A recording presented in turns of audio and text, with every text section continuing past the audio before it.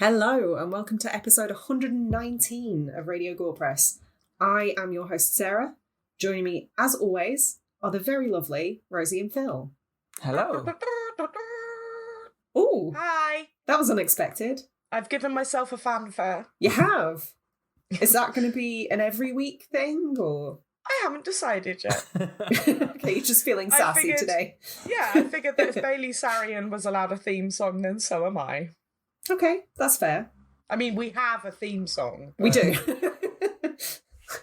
I mean, I'm not going to task you with singing that, so the fanfare will do. No, I'm not even going to try. I feel like it's the difference between WWE and like the wrestlers' music as they walk on. What? Explain. So like WWE right. So there's has an a overall theme. So we all need to do our own fanfare, do we? Yeah. Oh, good lord. I misunderstood the assignment. Phil's is just wah, wah, wah, wah. Oh no! You joke, but I was going to go there. I was going to go there first. Would mine just be the Grange Hill sting? Sarah says, would you like a bit of everything all of the time? Oh god, that's so accurate. That's what it's like inside my brain. All of the tabs are open and nothing makes sense. And I've lost the Wi-Fi. I have no idea what mine would be. Something, probably the Magic Roundabout theme. Yeah, I like inside your brain, I picture sort of a vast galaxy where there are loads and loads of floating cats everywhere. And it sounds, for the most part, lovely. Oh, you know that circus song that's like Yes. It's that, and it's just cats in little teacup rides going round and round. That sounds great. Okay, mine would be that, except it's the Killer Clowns theme tune version of that song. What about you, Phil? How are you doing? How am I doing? Which? There are two. How are you questions there. doing? I'm good. What's I'm your good. theme tune? What's It's not inside an your essay brain? question, Phil. How are you? There were two. There was also a question about what my fanfare is, but yeah, I'm good. Answer in 200 words or less now. I am good. There's three. Okay. Excellent. Boom. I mean, Nailed it. that was 200 words or less. Well, F in the chat for Phil. Oh dear. Right. So. how are you, Sarah? Sorry. I'm doing okay. I feel rude. I am pretty stoked this week. This is this is my choice Oh, yes, it is. which will surprise almost nobody who listens to this show regularly, I'm sure. It's a film I've seen a few times. I don't own it, which surprised me. Huh. Yeah. So this week we are covering Brian Usner's Society.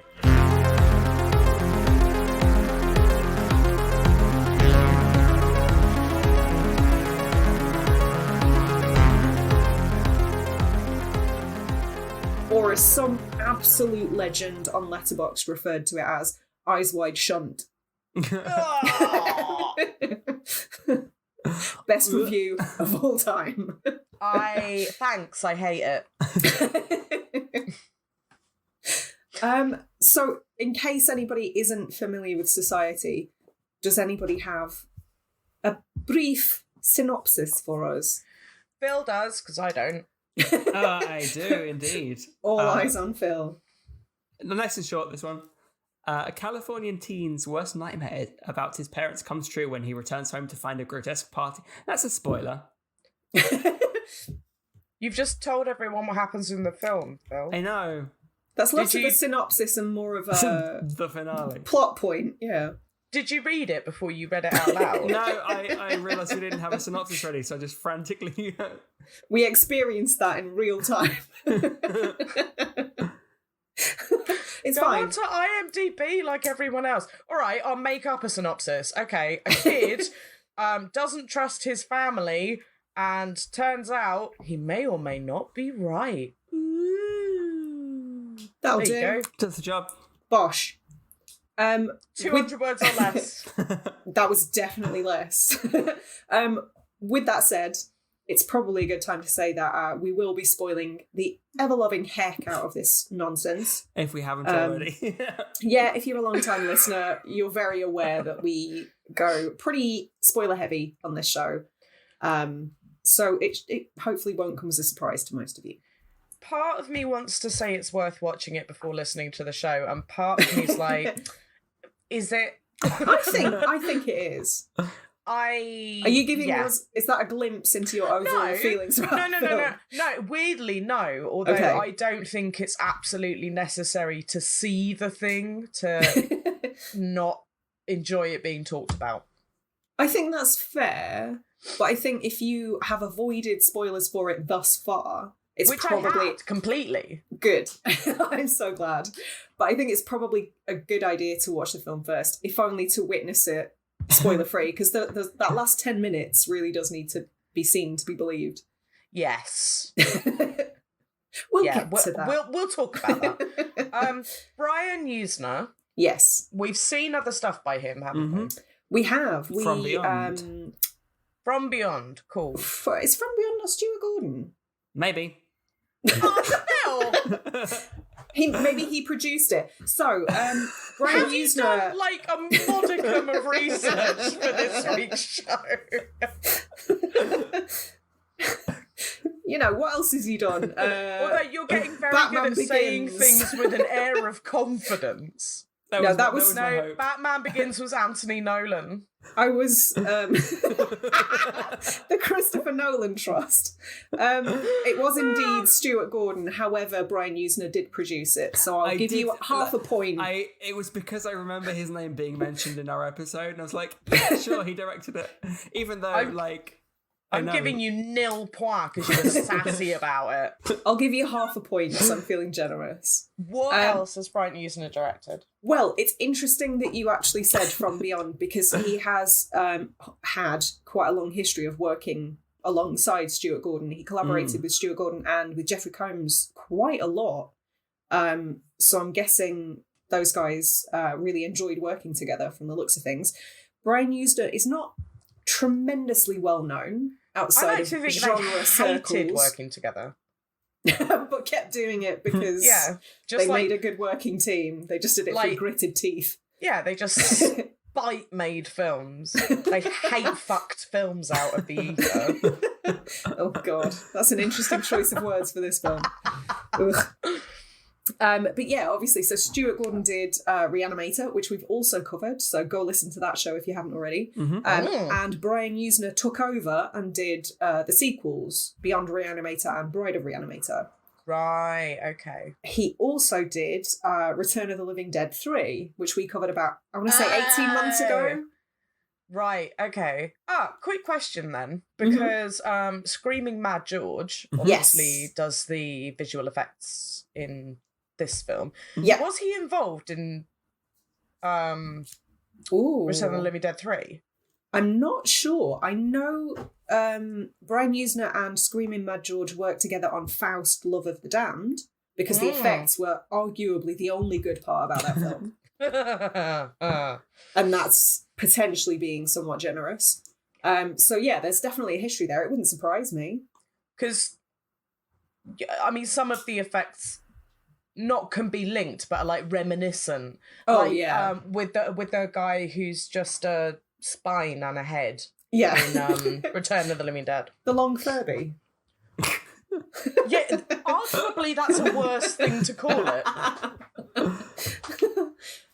Well, I didn't come up with that effect, so I'm just doing as Catchphrase did, saying what I see.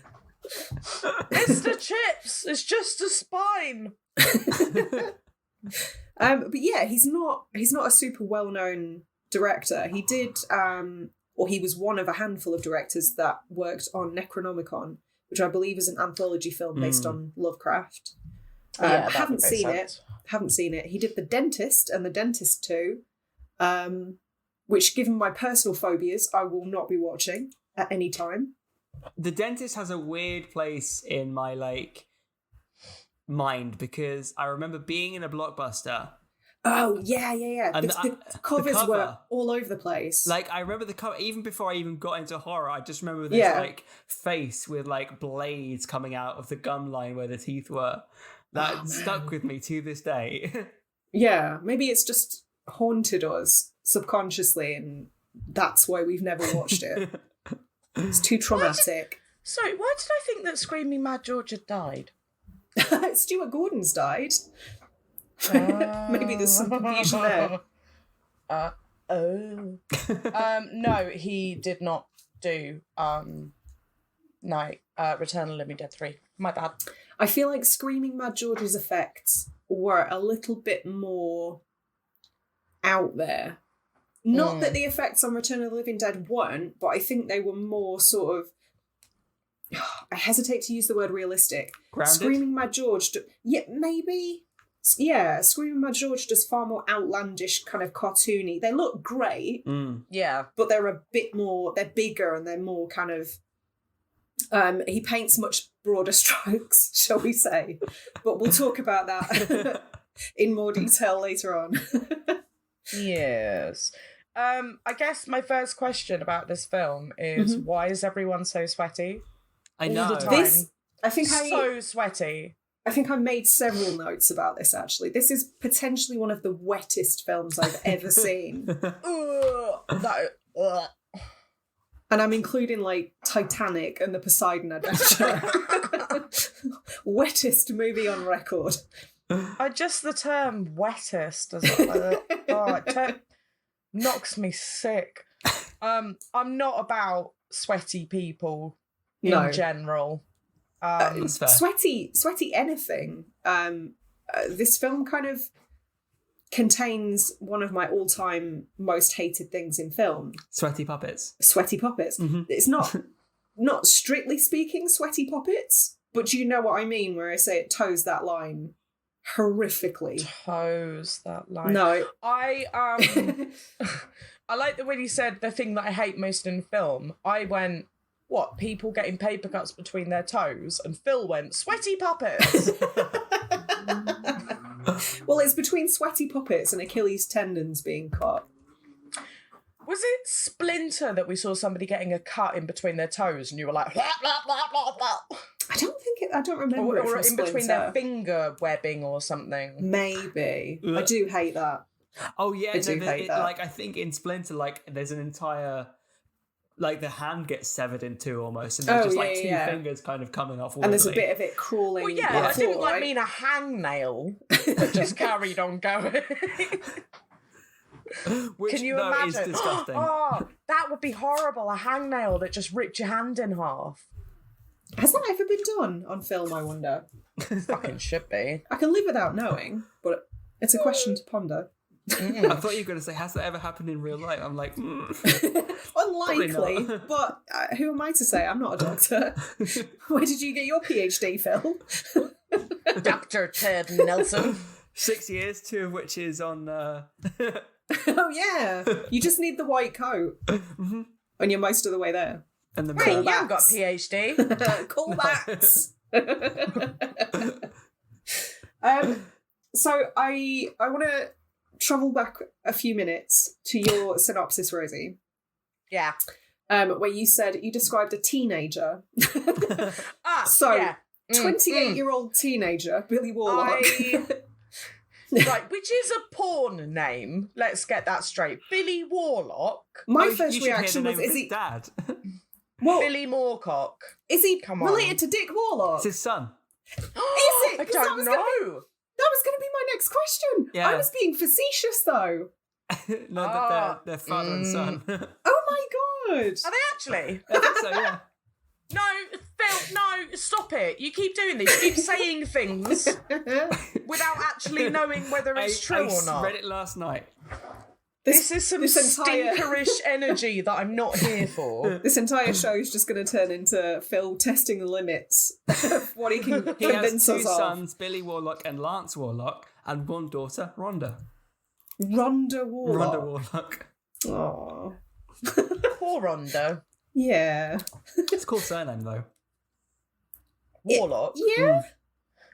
Philip Warlock. I never said I wanted it. I said it was cool. You sound like a Las Vegas magician. That's like wanting to be called Max Power. Max Power. If your name sounds like something that the robots from Mystery Science Theatre would have riffed in the Space Mutiny episode, it's probably not a great name. Bob Johnson. Roll fizzle beef. We could do this literally all night. Yeah. Bill, bless him, is very emo, isn't he? The first light. It's like a nightmare. My life. He's very dramatic. So dramatic. I don't know feel if like a lot of emo. the acting's quite hammy, though. Oh, 100% ham. It's great. The entire psychosphere of this film is a ham planet. Yes. That's your goal, is to see how many episodes you can fit the phrase ham planet in. I mean, can absolutely easily, do that them. every single... Yeah. Hi, welcome to Radio Gorepress. I'm Rosie and I'm a ham planet. Just every week. We could just change the name of the podcast to Ham Planet. Hello, you're listening welcome to Ham Planet. Planet. Yeah. We changed the name to Fuck Phil Off. Job done. Score! So I felt quite bad for him in the beginning, and then he had his therapy session where he ate some wax fruit and said, "My life's a nightmare," and I was like, "Oh, for fuck's sakes!" You mean the rather euphemistic apple? I have issues with that apple because at one point he goes into the therapist's office, picks up an apple, takes a bite out of it, and then puts it back in the bowl. It's not okay. Who does that? Whether Who it's the filled... fuck does he think he is? Billy Warlock. Oh, well, fair enough then. With a name that confident you can do anything. I'm Billy Warlock and I'm eating all your wax fruit. I was a little bit confused about the opening. Like, obviously, initially, I'm just like, well, world's most obvious dream sequence opening. And then he's sitting in the shrink's office and it's like, oh, was it? Is this a dream? What's happening? Do you know what I mean? So, that's sort of like the entire film kind of starts and proceeds with this dreamlike quality. So I don't think it is a dream sequence because obviously they turn on the lights and he's sitting there with a knife. Yeah, and his mum's and there. They're like, "The fuck, Billy boy." Mm-hmm. And then presumably it just cuts to him having a therapy session about this horrible not dream.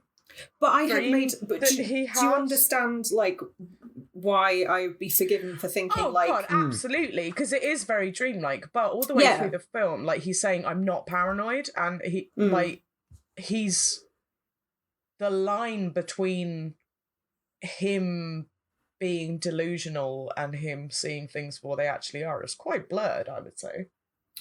I would say up until maybe the halfway point when things start to become very much more obvious. Where outside influences. Yeah, like we start seeing things with our own two eyes, whereas before I think you could be forgiven for thinking he was a bit of an unreliable narrator. But then you say that. I was surprised how quickly they played the tape recorder card when... what's his face? His friend comes up and delivers the tape recorder with the recording of... Yes. Was that his sister's ex-boyfriend? The random guy who was hiding in the cupboard? Hiding in his dressing room, yeah. That was very strange. And put a microphone on her earring. Yeah. But that's like 20 minutes in, and he's the one that says, "You got to see this. Here's this tape that basically explains exactly what's going on behind the scenes." And because he's aware of that, all of a sudden, I mean, it was a bit on the nose, right? wasn't it? So I have a question, a logistical question. Obviously, this whole film, right from the get-go, is kind of very much class war.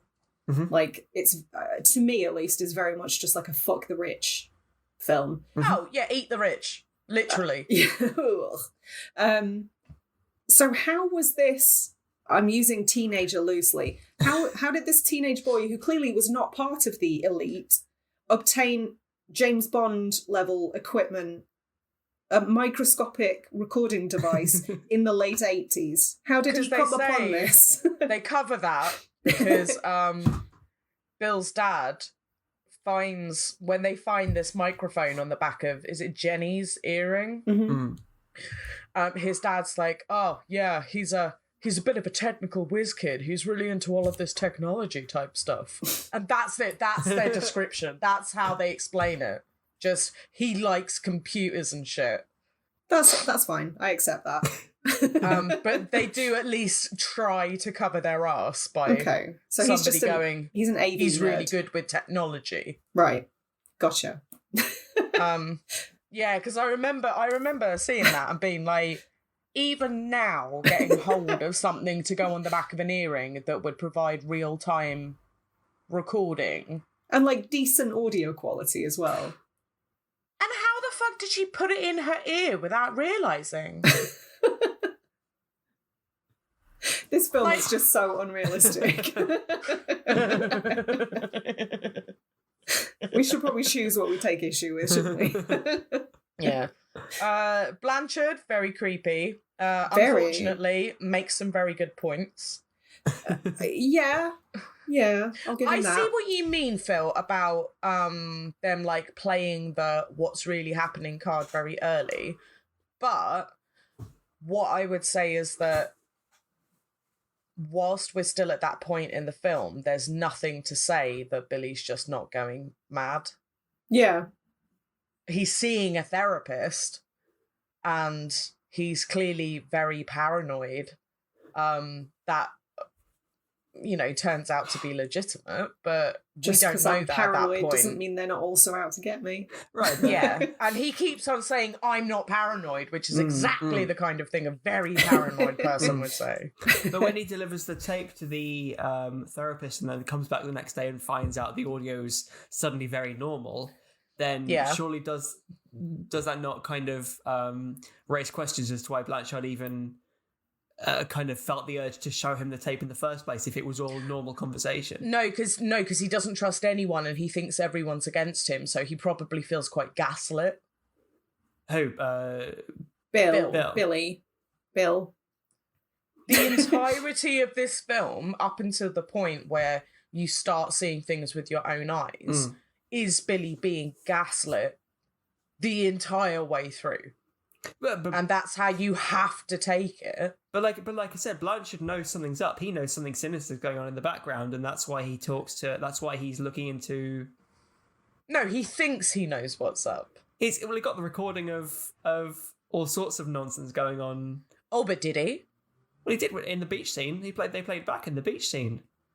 But maybe he's just as crazy as Bill is. Yeah. He's not one of the cultural elite. Yeah, I mean, yeah. I guess it could be a shared delusion. I would have preferred to have seen, to have it only been affected Bill, and therefore, as an audience member, there's not a question over whether it is... I see what you're saying. Yeah. Had it been a character like Clarissa, who is part of this society, who had given him this information, I would have said that would have been more credible and believable than somebody who is outside of the society giving him this information. So I think up until that point, it's difficult to go, oh, well, this is absolutely what's happening. It's easy to kind of take it on the nose and go, oh, shit, that's really fucked up. But, okay, But also not surprising. You can take it both ways. Like, if you believe it and then you believe... the tape recording, then he goes into the therapist's office the next day and it's a completely different tape. Fucking of course it is. I would argue also, might be a little bit contradictory, but I would argue that at that point, do we know that Blanchard is not part of the elite? Because he's one of Jenny's exes, isn't he? Yeah, so at that point, we don't actually know that it's like a class war kind of a thing. It's just...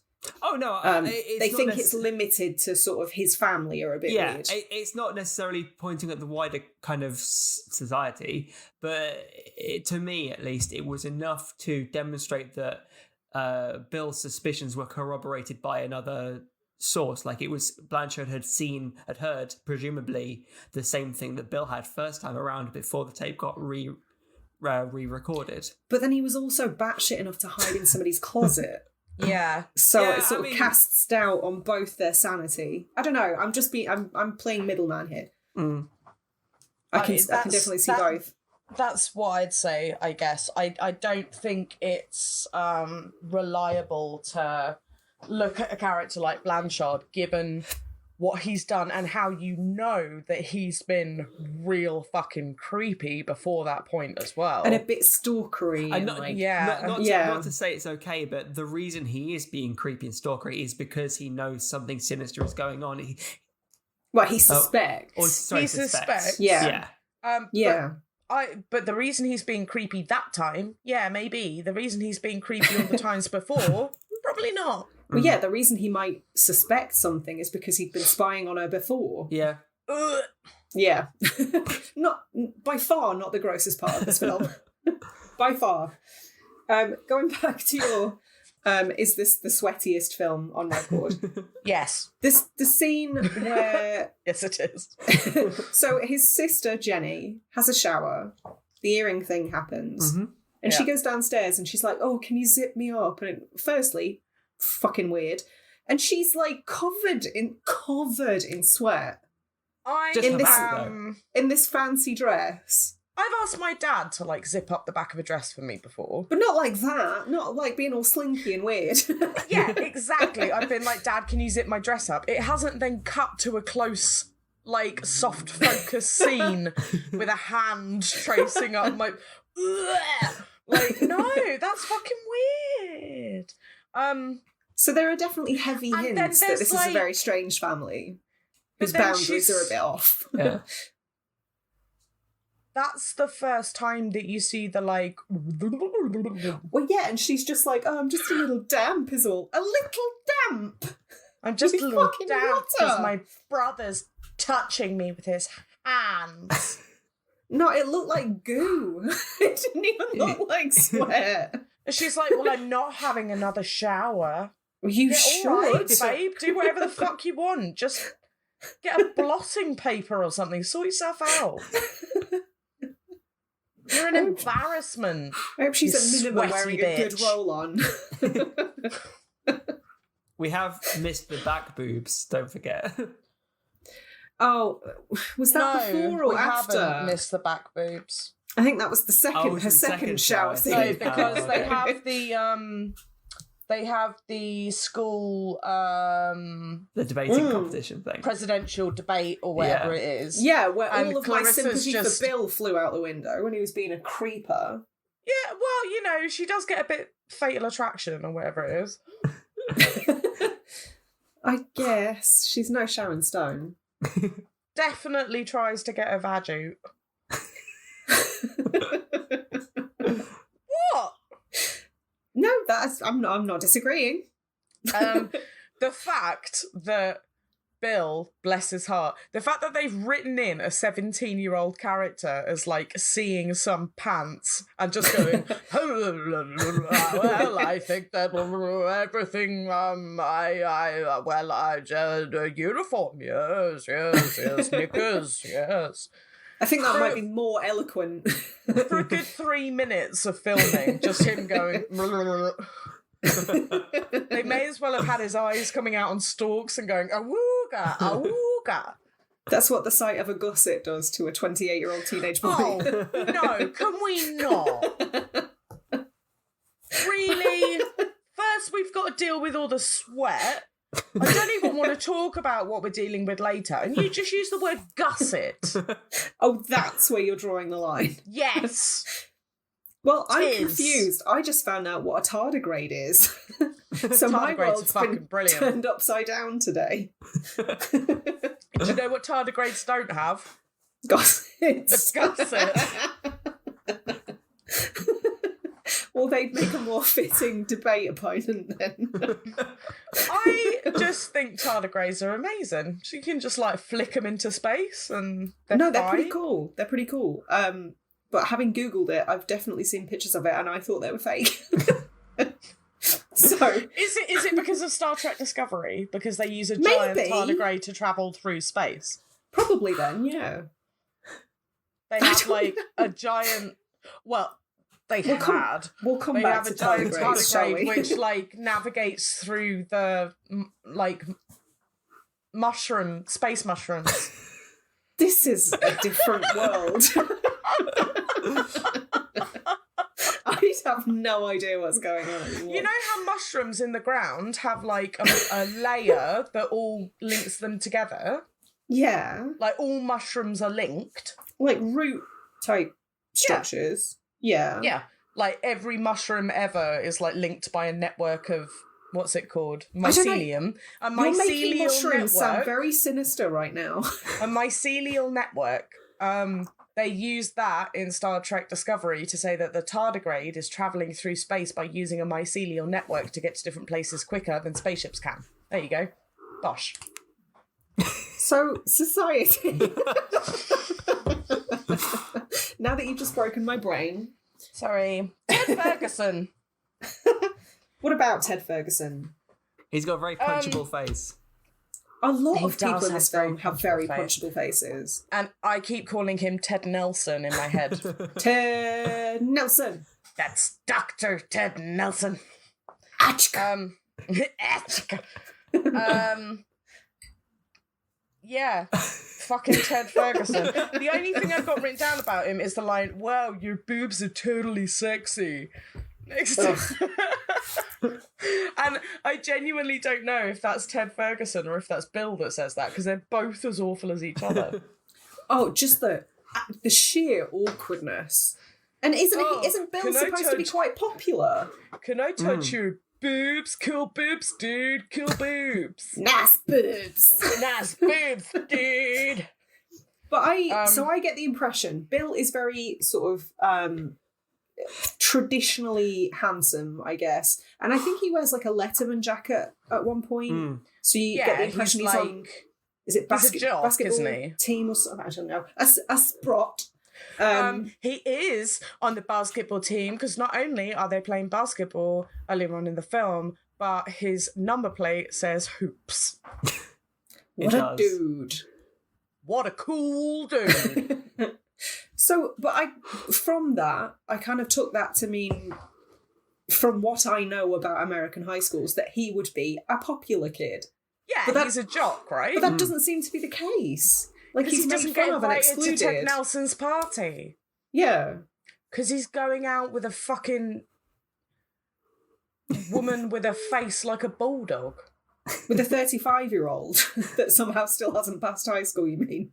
And whose name is... What is it? Shauna. Shauna? Shauna? She's the worst, whoever she is. She's horrendous. Shawana? Chihuahua? Shawaddy-waddy. Shawaddy-waddy. I can't say it any other way. And the band was Shawaddy-waddy. Shawaddy-waddy.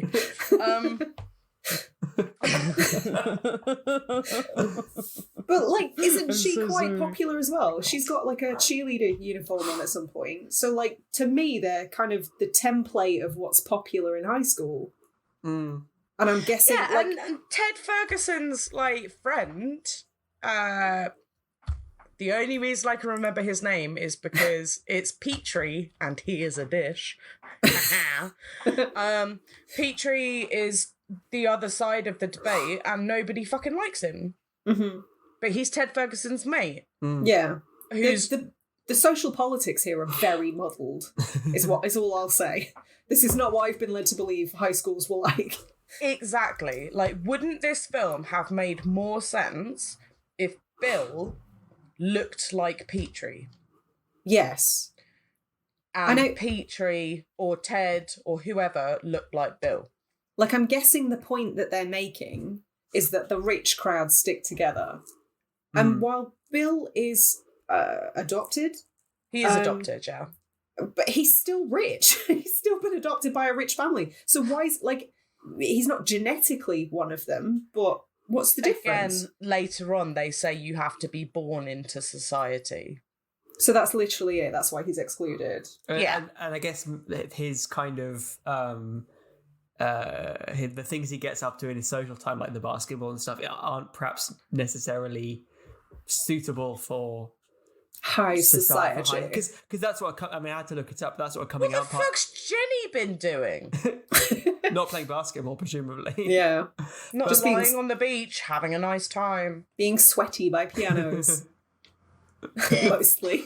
Because that's what a coming out party is. I had to look it up because I'm like, I had a very different understanding of what a coming out party would be. Well, right. Oh, it's like a... So, I'm going to get to this. Okay. I have many, many notes on this, and this is probably as good a time as any. Okay. Go for it. So I know, or I'm led to believe, that this is, I mean, it's not really an allegorical film. It is very much, on the face of it, fuck the rich. The rich are terrible.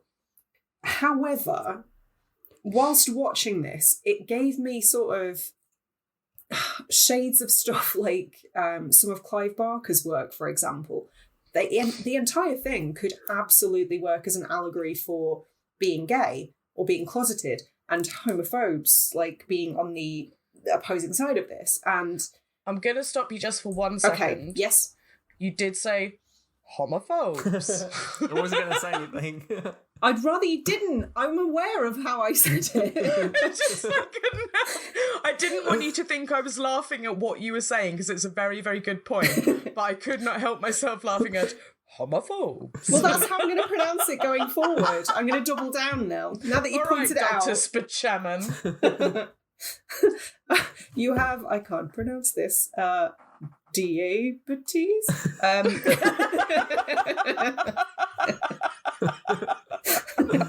So, but this is my hot take, right? I think it could work really well as an allegory for that, because obviously, like, the term coming out in terms of the gay community coming out and owning their homosexuality, sorry, basically they borrowed the term from like this dilettante society. That's where the term came from. Where you have like deportation lessons and then you are presented. You got to walk around with a book on your head for a bit, and and learn how to do needlecraft and I don't know, suck cock, and then you're like presented to literally a society. Yeah. And this is like, now you are a lady and you are part of this bigger picture, and you must always be a certain way and you must always do certain things. And I can't remember the actual name for it. There is a name for it, that specific kind of ritualistic element where women are like, young women are presented to society. It's a debutante ball. But there is another name for it. It is a debutante ball, right. but there is another name for it. But I guess it kind of transcends cultures as well, because I guess like the Mexican equivalent would be like a quinceañera or that kind of thing, like a coming of age. That's what it's all. But it's just different. Is it a passing out? No, that's the Navy passing out ceremony. My bad. That's when you definitely not military. But yeah, there are a lot of parallels, I think, because obviously that's where that term was borrowed from, and kind of that's how gay people took ownership of their own identities by choosing or not choosing to come out to their families and friends. It was kind of a radical, politicized act back then. Okay. So in terms of this being like, if we assume that this is an allegory for homosexuality, yes, then we're talking about Jenny primarily being the girl who comes out. What? Well, it's a genuine question. What sort of makes it radical in this film? Do you know what I mean? Oh no, so in a very literal sense, she is the one who is doing the coming out.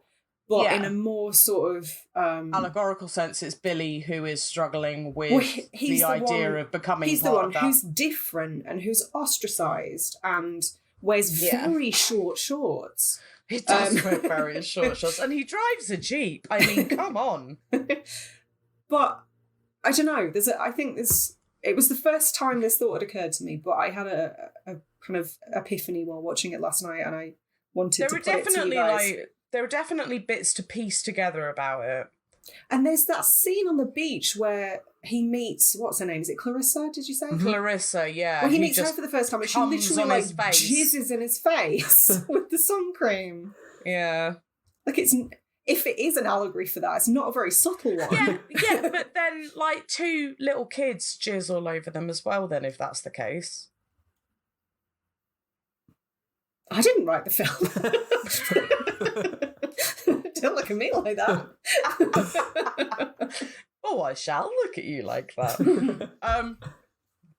Yeah, no, when she was like on his face, I was like, I can't work out if this is meant to be funny or sexy or just awkward. Oh, definitely funny. Probably funny and awkward. I don't think it was ever intended to be sexy. Do you know what I found really weird about this film? What? One thing? Yeah. Weirder than anything else. What is it? Tonally, it is fucked. I don't know if I agree with that. There is so much, and I don't mean fucked as in bad, I mean fucked as in inconsistent. I don't know if I agree, but carry on. Like, the beginning starts with a nightmare and then therapy, and then he's, you know, creepy Blanchard's in the bedroom, and then he gets kicked out, and then it's all like sexy and sweaty, and then they have a school debate where everyone's like, yeah, we love you, Billy, until he sees a vagina, and then everyone's like, you're a bit mad. And then he goes to see his therapist again and is like, yeah, my family's full of incest and psychosis. Lol. And then he walks in on his sister, and then he wants to go to a party and his girlfriend's being a dick to him. And then, like, somebody just joke comes in his face. Yeah. So we should have used that as our synopsis at the start. Like, it switches from, like, moments of this guy seriously worrying that he's going mad to japes a minute. Even the soundtrack is like... I'm not saying I disagree with you. Like, your breakdown of it is spot on. However, I just view this whole film as incredibly camp. I don't watch it with the view of any of it being serious. But maybe that is because my opinion's been tainted by the fact that I've seen it before, so I knew what to expect. And like you said, if you'd gotten away, I assumed that you hadn't gotten away without spoilers before you saw it. I'd seen the image. I mean, so we're going to talk about it, obviously, but the butt head. I'd seen that picture. I mean, it's used to promote the film. It was on one of the covers that I saw.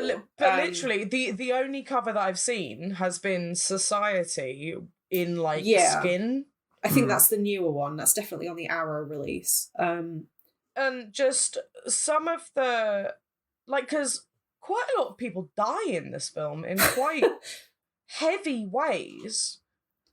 And then you've got that mixed with people like Clarissa being like, oh, you're a mean machine, Jelly Bean. And I wrote that line down. What is happening? That would be my first clue that something was wrong. Because honestly, there were so many lines in this film where I was just like, has anyone heard people talking before? Has the writer... How'd you take your tea? Cream? Sugar? Or do you just want me to pee in it? Are those the only options?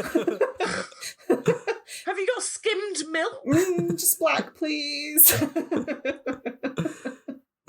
I've written, I do not want you to pee in my tea. No. Correct answer, Bill. There are... You turn tricks to get your kicks. And then his mate Milo, that's it, talking to Clarissa, says, at least I don't turn tricks to get my kicks. And when Billy's like, don't say that to her, he's like, well, have you seen her, mother? Right. Oh, what? Okay. What was the deal with Clarissa's mum? Not a fucking clue, because honestly, she is exactly the same age as all of them. Honestly, perhaps the most relatable character in the film. Except I don't find myself wanting to apart eat from hair choking very up often. hair. Yeah.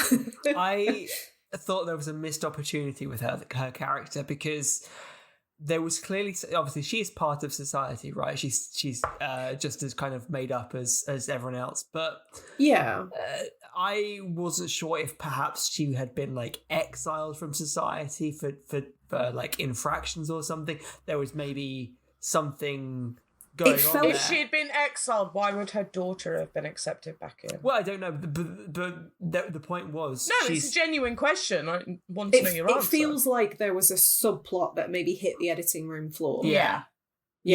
And that, like, I hadn't given it much thought other than that, but it felt like something was going to happen, and that's why I'm like, nothing did.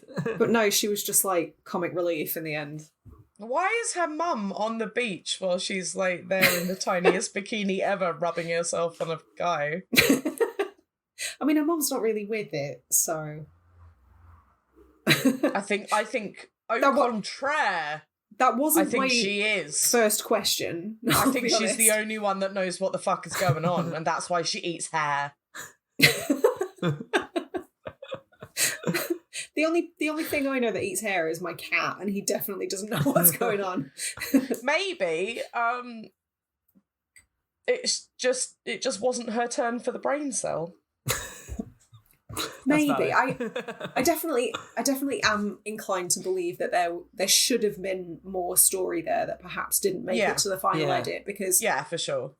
Everything else seems to serve a purpose, so it seems like a curious choice, like just to have a weird character for no reason. And no one seemed to react to her in that final scene. Like it was such a non-event. Like, there were lots of references to have you seen her mother, but that was about it. Yeah, and like the point at which you properly sort of meet her and she hacks up a hairball.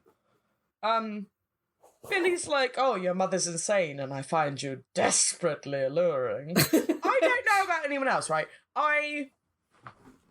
That would make me second guess if I wanted to go out with that person, honestly. And that might make me really shallow as a person. But if I met someone's parents when I'd been like dating them for less than an evening, for about half an hour, and they were fucking insane. If they coughed a literal hairball into my hand. Into your hand. Yeah. And he just wiped it off and was like, oh, I find you desperately sexy, Clarissa. Like, I'd be like, peace, see ya, and out the door. There'd be a little, like, Rosie-shaped hole in the door, you know? For sure. And I'm not about it. I'm not about that life. Did you guys have any? And Shauna sees them, doesn't she? She's in the car. She's sitting in the car out front of Clarissa's house. Yes, and she's like, oh my god, who's that? We should leave. Not like, obviously it's her mum. Of all the characters that are in this film, that silhouette is quite recognisable. The hair alone. Right? Like a beehive and hunched shoulders. I quite liked her makeup in some scenes. I loved it. The like 3 bands of colour with the black underneath, like just in the corner. They should really like bring back that sort of punk, verging on new romantic, very pink cheeks. Like, I love it. Babe, they are. Oh well, I'm out of the loop. So, well, no, I'm informing you at this point. Phil, shut your ears. You don't need to hear this. But you know that blush that goes from like the tops of your cheekbones right up into your eyes and then out towards your temples? That's like back in fashion now. I love it. I mean, the 90s have been back for a while, so the 80s have got to circle back around soon, yeah? Yeah, of course. I'm very happy about it because the 90s, like, I don't know, kids took it and ruined it for me. They did. Millennials, not even millennials, Gen Z. We're millennials. I don't know if I am. You are. Am I? Mm-hmm. You eat avocado and you don't own a house, you're a millennial. Elder millennial, maybe, yeah. But like Gen Z definitely like ruined the whole brown lipstick and plaid thing. Yeah, for the rest of us. How dare they? This is a lifestyle, not an aesthetic. She says, wearing her plaid shirt. I'd like to interject quickly and just say that I like how Rosie kind of said, Phil, this is not for your ears. And there was like arcane women knowledge that was being passed on. Just like, makeup's back in fashion, you know? Well, you don't need to know about blush. We're talking about periods. Well, that's my point. I was like, I shall flag this from Whoa. Are you insinuating that menstruation is an arcane knowledge? Babe, for some men it is.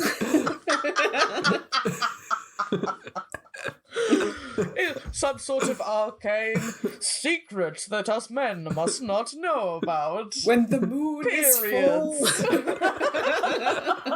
Like Tampax. Oh God, nobody tell him what a moon cup is. I know what a moon cup is. A full moon cup. Oh God. A total eclipse is when you empty it. Anyway, he goes back, has a go at his family, and is like, knock it off, sexy Flanders. And they're like, oh, but you've got such a nice tie on. Such a nice tie. Because he's just been to the funeral, hasn't he? And it's like, who pokes a corpse? I'd be tempted. But like, he I've never didn't touched just a dead like... body before. Right, but there is a difference between touching a dead body and like, jabbing it in the cheek. All right, he could have been a little more gentle. It did. I'm not surprised Milo's not a part of society. What did you guys take that to mean then at that point, as first time watchers? When that he wasn't actually dead. Okay, you didn't think there was anything other like that might have been going on.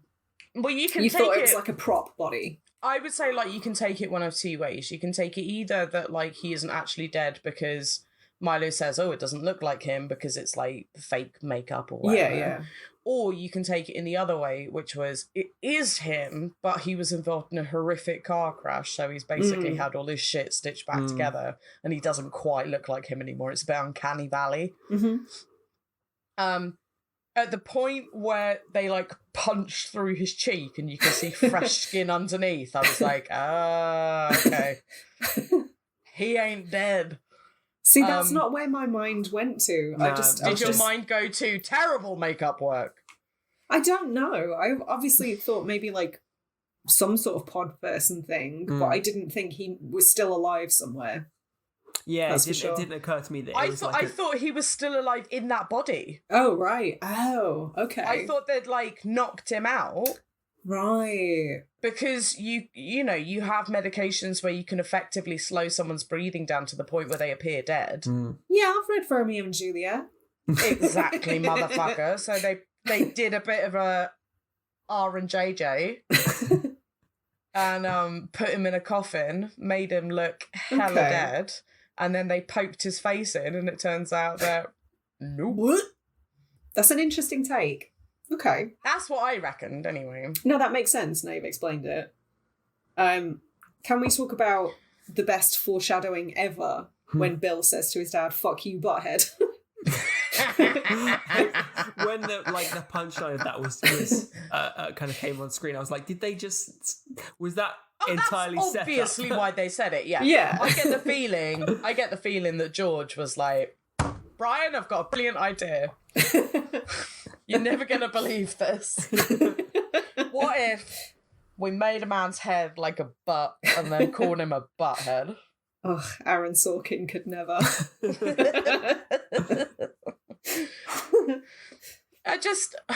They try really hard to be the like family who goes, don't you disrespect your mother, don't you say fuck you to your father, but they do it so badly. Yeah. The guy's like, don't but I mean, disrespect your sexy mother. Oh my God. Is that not intentional though, to sort of hint at the fact that they're not a proper typical family? I think so. They don't give a fuck about him, do they? No. But there are moments where it feels like they want him to be part of the fold. But then there's the line that says you have to be born into it. So they must have known him. But there are moments like they must have known he could never be a part of society, but they keep saying like, oh, you'll make such a fantastic addition to society. No, Take a shot every time they say it. No, they say you'll make such a good contribution to society. Right, okay, so food. Yeah. Right, gotcha. So being hella tasty. I was really disappointed at this point in the film, and I made a specific note about it, that nobody had been roller skating yet. Is that like... Do you have a checklist of things you want to see in late 80s horror films? Short shorts, crop tops, roller skating. Mullets. I'm going to say this unironically. Can we bring back short shorts and crop tops for men? For some men. Change.org. Someone start a petition. I'm not about body shaming. That's not what I mean. I truly believe that anybody can wear any clothing that they want. Yeah. All I'm saying is, if Phil turned up at your door wearing a crop top and short shorts, what would your instantaneous reaction be? It would be to shut the fucking door again, wouldn't it? No, I think it would be... You fucking liar! No, I wouldn't shut the door in his face. I think You'd there give would him be... a jumper. There'd be confusion, followed by potential laughter. I just like And then in the some same questions. vein. In the same vein that, like, again, I truly believe that. But that all this is bodies just can wear because whatever Phil they doesn't want, strike but- me as a crop top kind of dude. Precisely. Precisely. It's like if I were to wear like high leg short shorts, that would be out of character for me, shall we say. It would, but I'd probably be on the sidelines going, fuck yeah. You do you. You look phenomenal. But you look phenomenal, and also your flaps are hanging out either side of those shorts. You'd be a distraction to anybody trying to perform in a debate. Yeah, basically. So, you know, every cloud. And if I farted, it would sound like a balloon being pulled apart very slightly. Just like... I can't make the... I'm sorry, are these supposed to be reasons that you shouldn't? That sounds hilarious. Do you remember when I turned your kitten round and squished its belly and it farted in your face? I do, yes. I'm unlikely to ever forget that. Hey Sarah, guess what? Anyway. Did you guys? I don't know if you guys had. Speaking of foreshadowing, I don't know if you guys had picked it. Whether I might have misjudged what was happening on screen, but right at the start, when Bill's talking to his psychiatrist, he says something like, "I'm scared of everyone: my parents, my sister, you." And when he says "you," it almost looks like he's looking directly down the camera, like breaking the fourth wall. Oh, I didn't catch that. I wasn't sure if you guys had. I might have been misjudged the eye lines or something similar, but I was like, "Oh, is that an interesting kind of like nod to, you know, society?" It could be. That, to me, having worked in theatre for a number of years, sounds really on stage. I'm breaking the fourth wall and I'm making you feel uncomfortable. Do you know what I mean? But is that not in keeping with this film, though? Yeah, I suppose. And how I'm campy not and dramatic disagreeing. it is. I'm not disagreeing that it's a thing that could have probably happened. I hate that tactic. I hate that. I'm going to say something really poignant and then turn to the audience and go, but what about you, cunts? And like, it's so overdone. I perhaps want to rewatch it, but it would be interesting if that was a genuine decision they made to have him. Yeah. Because then he's addressing the audience, right? He's addressing the people who are watching the movie. Yeah, it's literally breaking the fourth wall. Yeah. I hope that is what they intended. Because unlike Rosie, I don't mind that. I think it would work in this film. Making you think about yourselves and how shit you are. I know how shit I am. Yeah, I feel shit enough about myself already without some twat on a stage looking without me Billy with a fucking spotlight. Warlock. Billy fucking Warlock telling me I'm a twat. Fucking hell. Oh no. I think Rosie's upset. So Petrie, what a yes. dish. Let's not let that joke go to waste. I love it. I was so proud of it. He's like, I've got to talk to you. Yes. Because I've got to tell you some stuff. Right, I didn't understand this. I didn't understand this scene. Okay. I didn't get it because Blanchard, he's like, I've got to talk to you about some stuff. And then Blanchard dies. Yes. Petree's like, I've got to talk to you about some stuff. We know already that Petree's friends with Ted Nelson. Yes. So it's like, well, he's probably not gonna die then, is he? But then he goes he goes to find Petrie. He sees him dead. Yeah, well, dead and in bed, quite. Yeah. Falls over his own stick like a fucking idiot. Yeah. Hoisted by his own petard. And then Arnie from Predator shows up out of the bushes, pushes him over and runs off with a jumper. And it's like, I don't understand the entire scene because Petrie wasn't going to tell him anything. So why do they bother? Because he's part of it. Yeah. He's part of society. So why would he tell him anything? So why did they invite him to a place to see somebody being dead and to then present him in the next scene as not being dead? Is it just to make him feel like he's going more crazy? Is that like the ultimate gaslighting? I'd say potentially. So. I think it's just a kind of but why? A prank on. Because I mean, if their society and the whole thing is, kind of literally sucking kind of the life out of the poor, Yeah, just fucking over the lower classes in whatever way possible. It would make sense that they want to torment them emotionally as well as, physically. Yeah. I guess, you could read it that way. Like, it's just one more driving factor to lead to the culmination. And that's how he ends up at the house, and that's how it's sort of just one more thing that facilitates the climax. It is a bit of exposition, isn't it? It does kind of force him towards Clarissa's house. I mean, it's a very round the houses way of doing it. He could literally have just driven there. Yeah. He was in his car. He could have just been like, hey, follow me, guy. Let's go to the... Get in your car and follow me. Let's go to the fucking place. The funniest thing in this entire film is watching the second policeman trying to get through all those leaves when they're climbing down to where the tree is, because the rest of them are like, I'm going through some leaves, and the last policeman clearly just gets like a branch to the face, and it's like,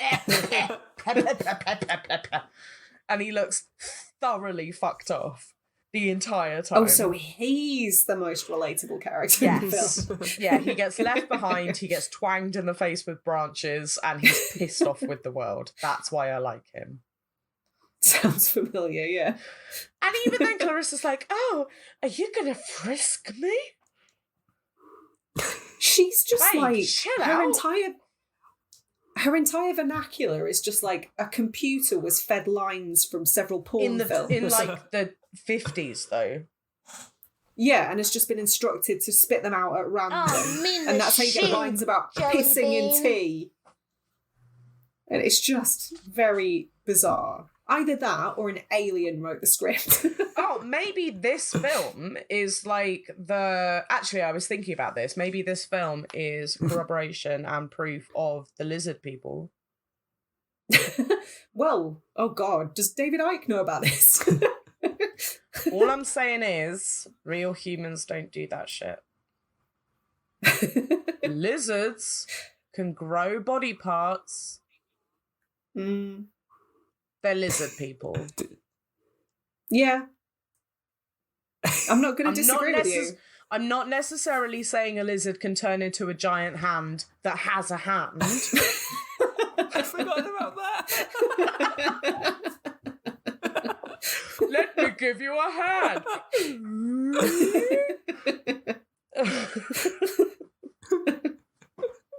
But yeah, they're lizard people. That's what I'm sticking with, the lizard people. The sheer amount of fucking gaslighting in this film is absolutely insane. Like, it made me feel like I was going crazy. Maybe that's the intention, though. Oh, don't...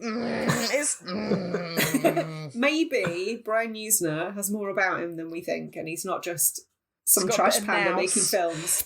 Have you seen him? He looks like a trash panda. Yeah. Is he a raccoon? No, he looks like a lovely old granddad. It's so bizarre. Trash panda? Because it's got the word trash in it, and he made this film. I don't know. Because he's got a little stripy tail and he keeps eating everyone's rubbish. I don't know. When I don't know what a director looks like, I don't necessarily sit there imagining what they would look like. You think they're a raccoon? But he is not what I would describe as somebody who made this and Faust, Love of the Damned, and the reanimated sequels of Return of the Living Dead 3. He's not what I would picture. He looks lovely. And Does he look like Petrie? No. He was interviewed in, I can't remember if it was In Search of Darkness 1 or 2, but he was interviewed in one or both of those documentaries. And he just seems lovely. It was very surprising. Just seems like a very wholesome man. Yeah. Very nice man.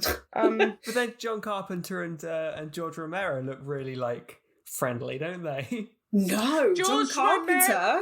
George Romero and John Carpenter look like they could flatten somebody out with a flick. John Carpenter looks like he's fed up with the world these days. He looks like he's angry. He just can't be arsed. No, he's like... I love him, but he can't be arsed. Absolutely. John Carpenter, I get the feeling... You know the film The Lighthouse? He would be very happy if people put him in a lighthouse and left him there. Well, I don't know, though, because he quite likes making money, which is why he agrees to do stuff that is so... He can fucking... Oh, don't get me wrong, he can have all his music shit there and he can just email it on. But, like, this is why he sort of puts his name to stuff and agrees to remakes and things, because he's just like, I don't give a fuck anymore. I'm really old, I don't care, and I sort of love it.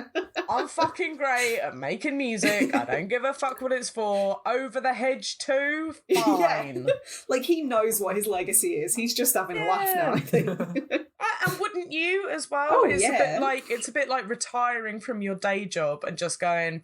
I'm going to be a fucking, circus clown. I'm going to go and make balloon animals on the street corner now. Yeah, like, I've had enough. I'm going to be a Fortnite streamer.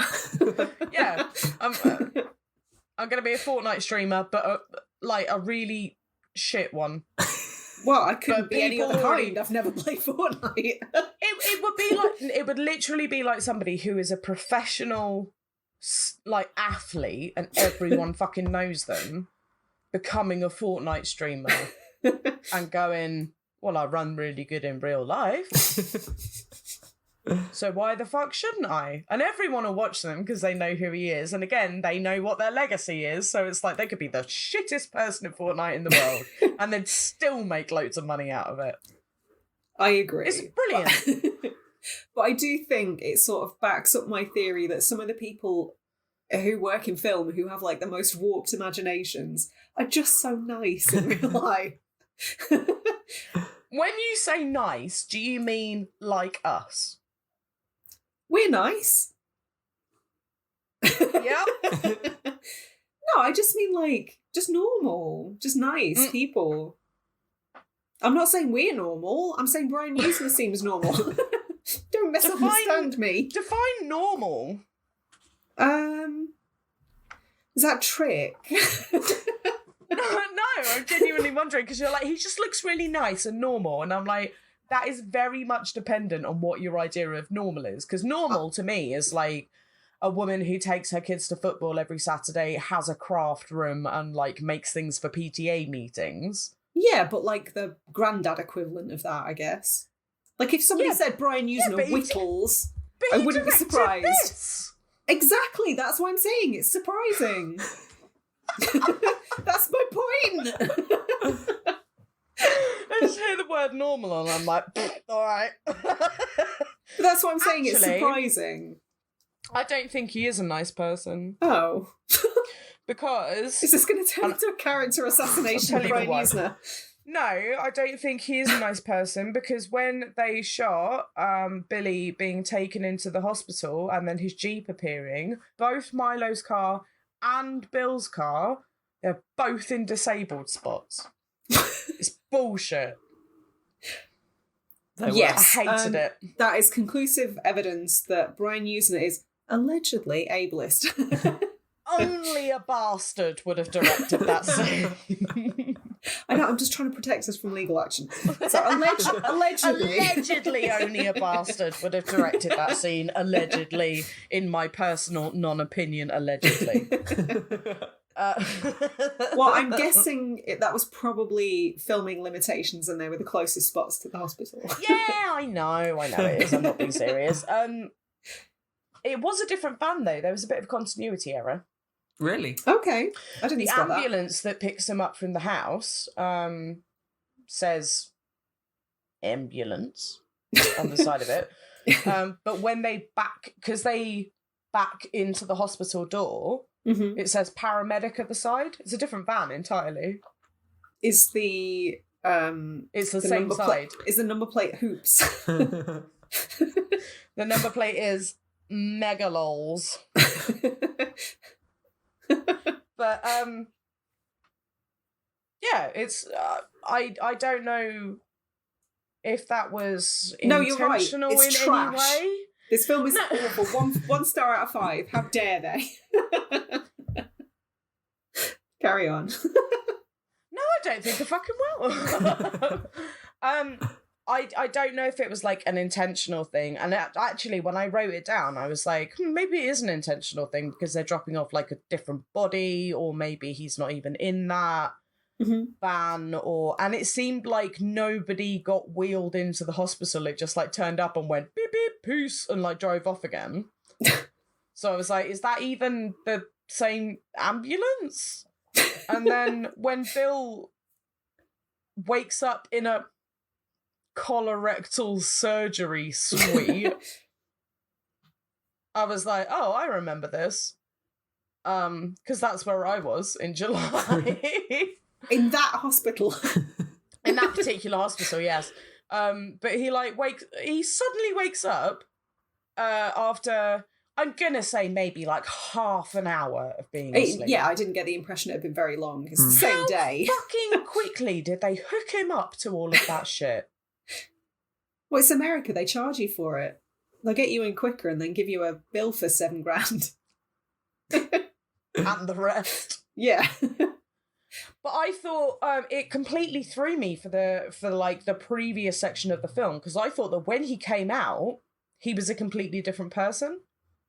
Well, he was acting different. He was acting far more irrationally. Yeah. He acts irrational, and he actually snapped, cocksure and headstrong. And see, I didn't see it as he had snapped. I saw it as because you didn't know what happened to Blanchard, and you didn't know what happened to Petrie. Element. Yeah, it could have been like a different person wearing that skin that had turned up. So I was like, oh, maybe that's happened to Bill, because he was sounding like, oh, I'm going to go back and see my family and become part of society. And I was like, oh, shit, maybe, he's like been taken over by a pod person and now he's going to join society and fuck his mum or something.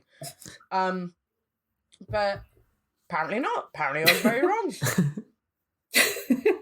But I do feel like it's at that point where there's like a marked shift from what I consider to be moments of quite serious cinema to slapstick comedy. Again, I disagree. I see the whole thing as being a bit campy and slapsticky, but I see where you're coming from. On first watch, I see where you're coming from, definitely. Right, so we have to talk about the climax of this film. We have to. Sorry. Do we gotta? We do gotta. We do gotta. So it's difficult for me to assess this properly because I think this is maybe third or fourth watch. I remember seeing this. I was probably in my early 20s the first time I watched this. So I can't I can't really remember what my first impressions were. I think it was around the time I was probably trying to seek out as much like extreme cinema as possible, and this had been talked about amongst those kind of circles of people saying it was just fucking gross and like had to be seen to be believed. I remember being surprised at how funny it was. Like, I mean, it's impossible to take it seriously once you get to the end. Do you know what I really want to see? I want to see a cut of Event Horizon where the Or it's video just the footage of shunting. Alpha Centauri is the shunting. They could recut that and nobody would bat an eyelid. Right? Like, that's what it reminded me of, in a kind Yeah. of, like, Benny Hill theme type way. Agreed. It was not pleasant. Although, weirdly, I wasn't like... I think that was probably... the most... Oh, no. I was going to say one of the most visually shocking things that I've seen in a very long time. Okay. But my brain started going that this is the most significant televisual event since Quantum Leap, and I don't say that lightly. I don't know if I would even call it shocking, not in this day and age anyway, but I think it's unexpected. not shocking, it's just, it was like... I think maybe unexpected is a good word. There's obvious like foreshadowing, and even like the title credits kind of gives you a peek at what's to come. This is it. It's not It's not totally out of left not, field. It's not even surprising, and it's not shocking. It's just like, oh, I didn't expect it would be quite that graphic. Yeah, like, oh, they went there. Okay. Yeah. Yeah. Oh, cool. Like, a man literally just rammed his hand up somebody's arse and pulled it out of their mouth. Brilliant. Yeah. Okay.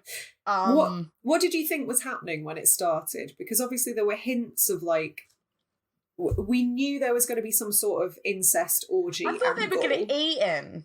Yeah. Well, I mean, that's not totally false. But they said at the beginning of the film, like, first we die and then copulation, which is the worst word ever. What about gusset? Menzies. Bringing it back to periods. Always. I'm always bringing it back to periods. That's what they that should say. be my epitaph. So period, black wine. What? No, shut up. Anyway. But they do,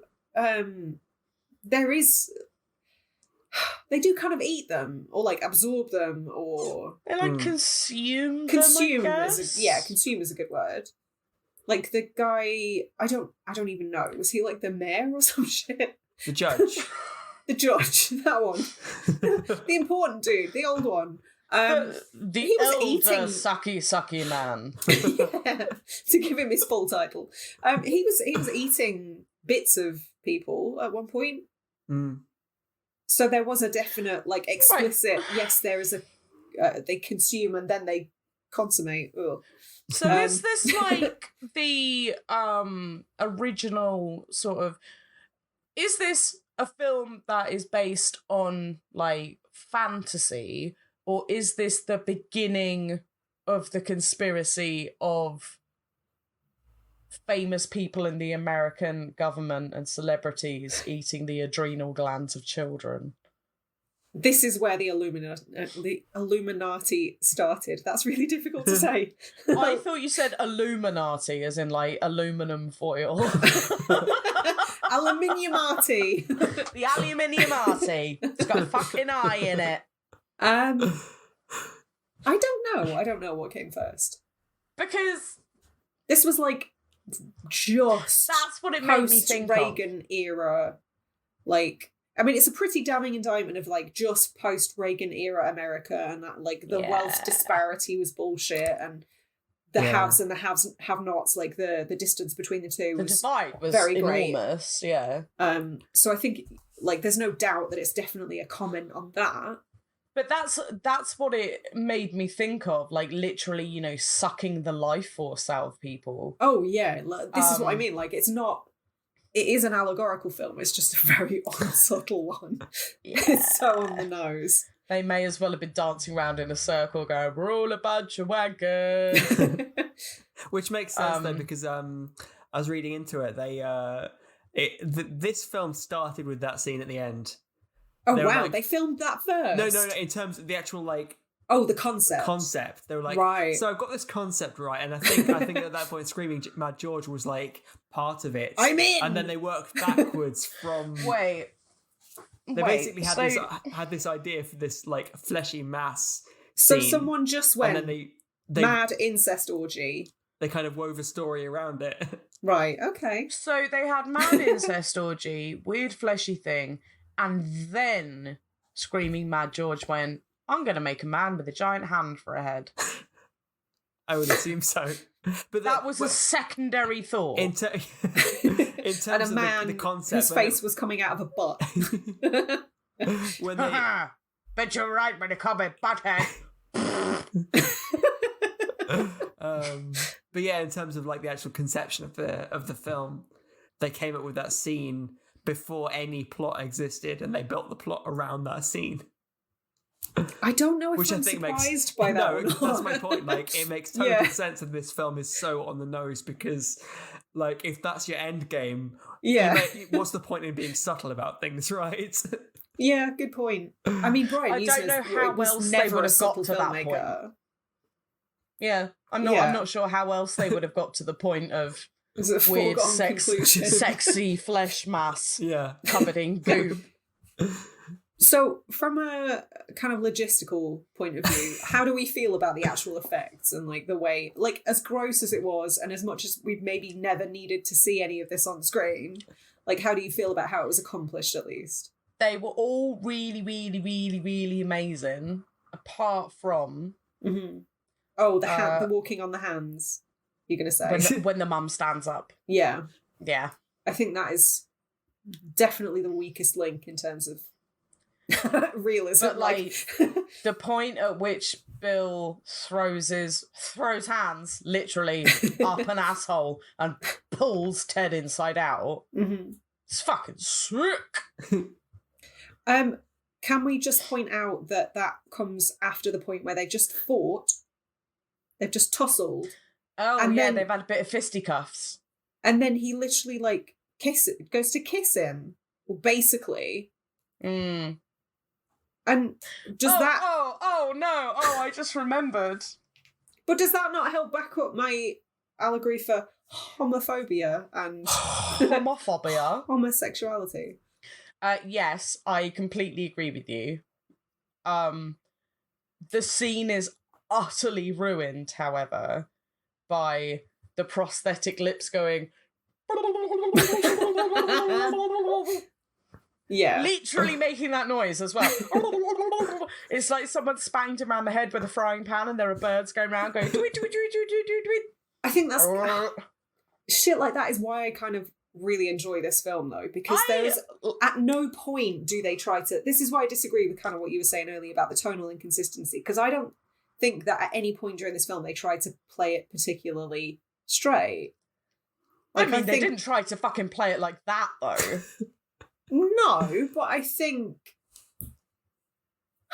there was elements of just this ridiculous thread running through it and like this kind of slapstick undertone, I think, throughout anyway. Maybe not from the very beginning. It's such a serious subject to be making a film about. I guess so, yeah.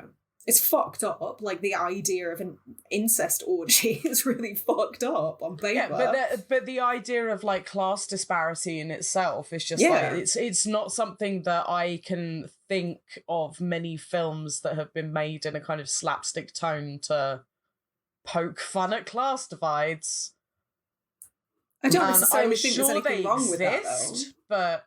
Well, no, I'm not saying there's anything wrong with it. I'm just saying that because it's not something that I'd necessarily come across before, So you didn't know what to expect? Yeah, I hadn't seen the film before. I didn't know anything about the film, really. I'd just seen the front cover of it. So I think I was maybe expecting it to be played a bit straighter. So I took the straighter scenes as maybe a bit more than they actually were. So they really, like, butted heads with the slapstick comedy that's, like... edged its way in and then just went fucking mental towards the end. Do you think the humor... I think it's a film of two parts, put it that way. Okay. Do you think the humour undercuts the actual message of the film? No, I don't think so. I think humour is an excellent vehicle. Oh, for sure, yeah. But if you're making a serious point, I mean, if you are making a serious point in a way that comes across as flippant, does that undercut them? That's kind of what I'm getting. I'm not saying I do or don't either way. I think it might mean the message across is as lost flippant. on some people, perhaps. Yeah.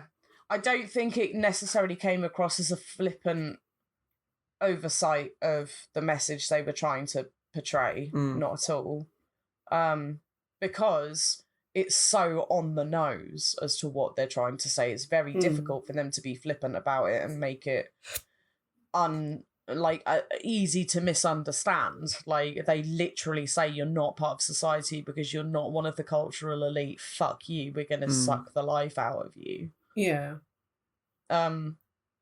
And yeah, like, some people might miss the point of it, but I would say that they probably just haven't paid attention to the film, if that's the case. Yeah, I think you would have to be quite willfully ignorant to not see it. I was just curious because obviously, you were saying how you felt it was a bit tonally inconsistent, and I wasn't sure if that had any impact on the kind of, or whether you thought that had any impact on the takeaway from the film. But No, I don't think it has an impact on the takeaway from the film. I think it made it really odd to watch for me. Not even in a sort of like, this is unenjoyable way or this is confusing me, just in a kind of, wait, what? Why is there a sex doll in his car? And then, why is that man ramming his hand up someone's arsehole? So many questions.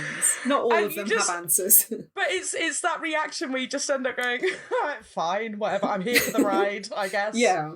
I've started, so I'll finish. Well, that's probably a good point at which to maybe think about final thoughts then, because that sounded like you were sort of getting ready to sum up then. Is that how you feel about it? You just sort of felt like you were along for the ride and just happened to be here? I went on a little bit of a roller coaster with it. I wasn't necessarily here for it at the beginning, and then I got a bit more ingrained into the storyline because I was like, ooh, conspiracy. And then it got exponentially more and more ridiculous as the film went on, and I went through this interesting roller coaster of going, oh, this is silly, oh, this is really silly, oh, this is this is past too silly, this is fucking brilliant now. And then I thoroughly enjoyed it right up until the end.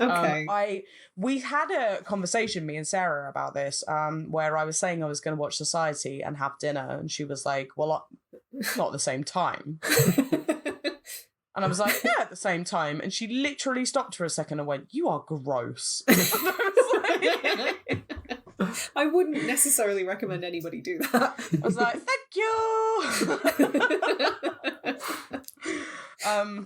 But yeah, like, it didn't put me off my dinner. It was fine. Phil, how did you feel about it on first time watch? I really enjoyed it. Like, did you? I wasn't sure.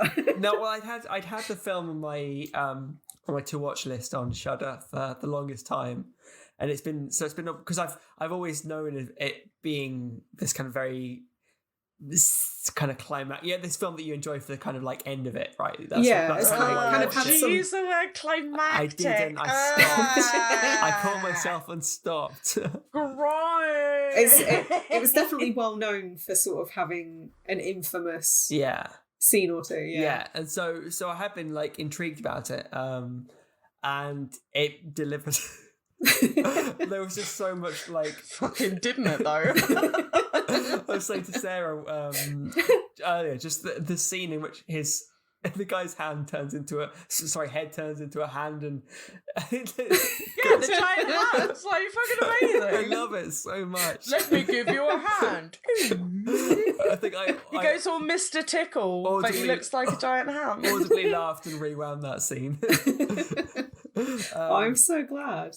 Yeah, it's just bonkers. It's bonkers. That wasn't the fakest looking prosthetic. That's true. I'm happy that you both got something out of it. I'm usually a bit more confident about how the first time watches will be received. So I was less this confident could be this really time. hit or miss though, couldn't it? Yeah, I think it's a difficult one to recommend to certain people because I can see it being a total Marmite film.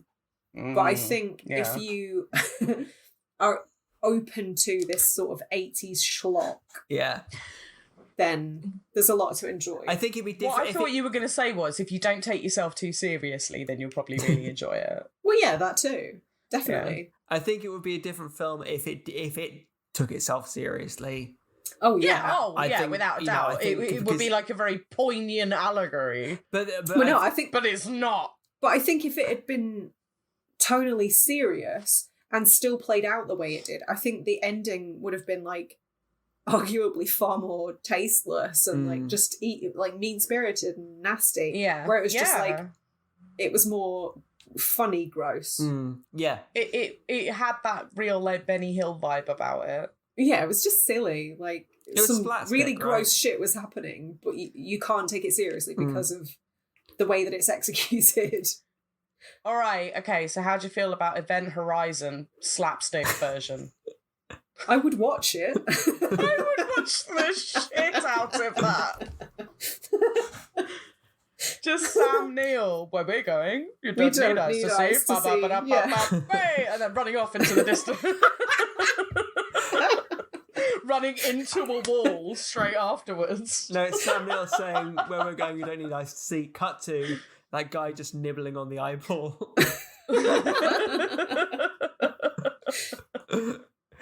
Anyway, did you Sarah, guys... what's your takeaway?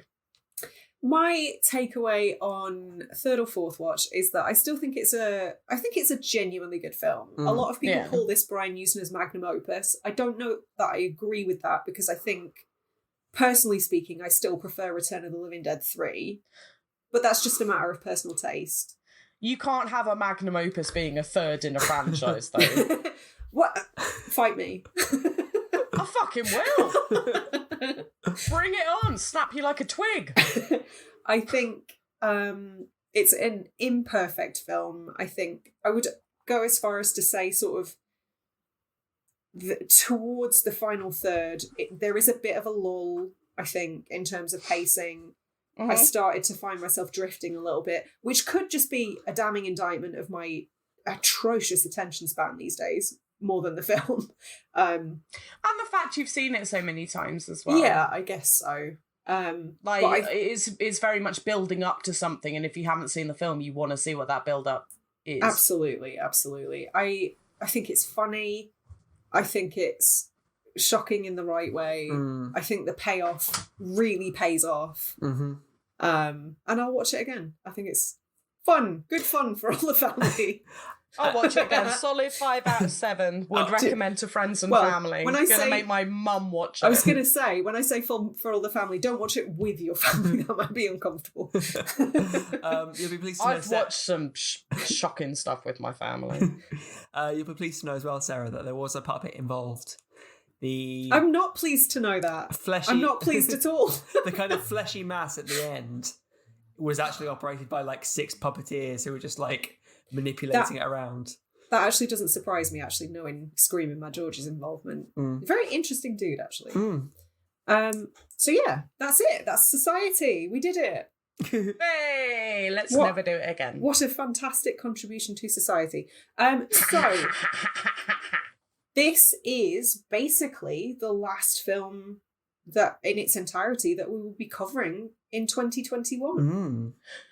Which go on. is a prime opportunity for me to drop a shameless plug about the stickers that we've just got printed. Go for it. We just got some stickers printed. We just got some stickers printed. Very, very exciting. They have a holographic substrate to them. They are super pretty. They look really awesome. They've got our logo on them. What we said in the mini-sode, because we opened it up to our patrons before anyone else, because they're our babies, is that it would be £3.50 posted in the UK and £5 posted to the US or internationally. And if you want one, just get in contact with us and we'll hook you up, babies. Yeah. So I'm very glad that we're going out on Society. Yeah. We've got one more full show coming this year, which will be our traditional year-end wrap-up, which I'm very excited about. We all need to come up with a top 5. Oh, no. No. Oh, I have seen 5 films this year. No mean feat this year, though. I don't think it's been particularly strong. I'm going to go see Ghostbusters this weekend, so everything could change. I'm going to go see Ghostbusters, hopefully. Ooh. Yay! Going to the actual cinema. Well, then if it doesn't make our top 5s, we'll at least be talking about it in next week's minisode, which takes me to the Patreon. We will be taking a break at Christmas, as we always do, because we work really hard throughout the year, so we feel like it's only fair that we take a few weeks off at Christmas. However, there will be another 2 minisodes before the year is out. The last show of the year will be a minisode.